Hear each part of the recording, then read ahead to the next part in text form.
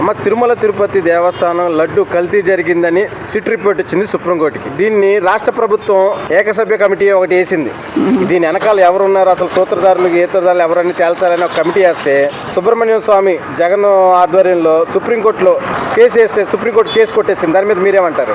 ఏమండి, ఇది జగన్ ఎరిగిన సత్యం అని చేసింది జగన్, చేయించింది జగన్. అది విషయం అందరికీ తెలుసు. ఆ సుబ్రహ్మణ్యం గారితో అక్కడ పిటిషన్ వేయించాడు సుప్రీంకోర్టులో. ఆయన చంప బగిలేటట్టు కొట్టి వెనక పంపించాడు, రద్దు చేశాడు. ఎందుకండి, అది మీరు చేశారు కాబట్టి, అది నిజం కాబట్టి ఆయన పిటిషన్ కొట్టేశారు సుప్రీంకోర్టు వాళ్ళు. ఇలా పిటిషన్ లేపించి ఇలా చేయాలని చెప్పి కావాలని చెప్పేసి జగన్ గారు ఆడుతున్న రాజకీయ సదరంగం. అమ్మ, ఏకసభ్య కమిటీ వేయటం తప్పంటారు? అసలు తప్పదు. తప్పలా అవుతుందండి?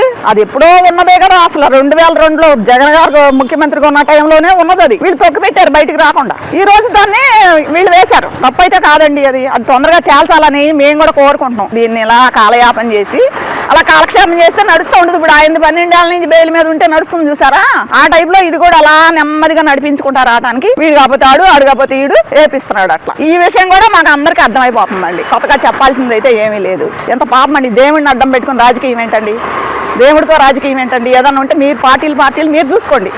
అంతకన్నా కానీ దేవుడితో రాజకీయం ఆడినాడు ఎప్పుడు బాగుపడ్డు. ఆ దేవుడు అనేవాడు ఉన్నాడు. ఏదో ఒక రోజు ఆ కర్మ అనుభవించక తప్పదు. ఈ కల్తీ లడ్డు విచారణ వెంటనే ఆపేయాలని జగన్మోహన్ రెడ్డి ప్రయత్నిస్తున్నాడు. పిటిషన్లు కూడా వేయిస్తున్నాడు. కానీ సుప్రీంకోర్టు అనేది ఎట్టుకేళ్ళకి ఆపడానికి లేదు. విచారణ కొనసాగాలని అసలు జగన్మోహన్ రెడ్డి ఎందుకు భయపడుతున్నారు? కల్తీ చేశారు కాబట్టి భయపడరు. కల్తీ చేయకపోతే భయపడరు కదా. దేవుడు అన్ని ఉంది. దేవుడు వెంకన్న స్వామి అంటే మనకి ఎంత ఇదంటే మనకు తెలుసు.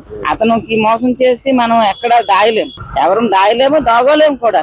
స్వామి మనకు చూపిస్తాడు. కల్తీ చేశారు కాబట్టి భయపడుతుంది. అంటే ఇదంతా ఈ బండారం అంటే బయటపడిపోద్దని దానివల్లే భయపడిపోతుంది. ఇప్పుడు అంత బయటకు వచ్చిందంటే మరి అంత తెలిసిపోతుంది కదా, ప్రజలకు తెలిసిపోయిందంటే మళ్ళీ ఎలక్షన్ మళ్ళీ ఎలా గెలుస్తారు?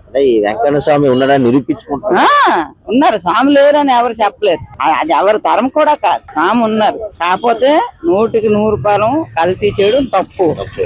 అలాంటి పనులు చేస్తే ఏది వేరే ఫలితాలు ఉంటాయండి? ఫలితం దేవుడు ఇస్తాడు బాబు, దేవుడు ఫలితం ఇస్తాడు. అది వెంట దొరకపోతే కూడా అన్న చేశారు కాబట్టి నెక్స్ట్ వెళ్ళలేదు. ఆపడానికి ప్రయత్నిస్తున్నాడు జగన్మోహన్ రెడ్డి. ప్రయత్నిస్తున్నారంటే మళ్ళీ దొరికిపోతాం ఎక్కడో, మళ్ళీ ప్రజల్లో మనకి మన చెడ్డ పేరు వచ్చేస్తుంది. దాని వల్ల చేస్తున్నారు అంతే. కానీ విచారణ మాత్రం జరగాలి. ఎవరు దోషులు నిర్దోషులు మనకి నిరూపించాలి కదా. జరగడం మాత్రం కంపల్సరీ.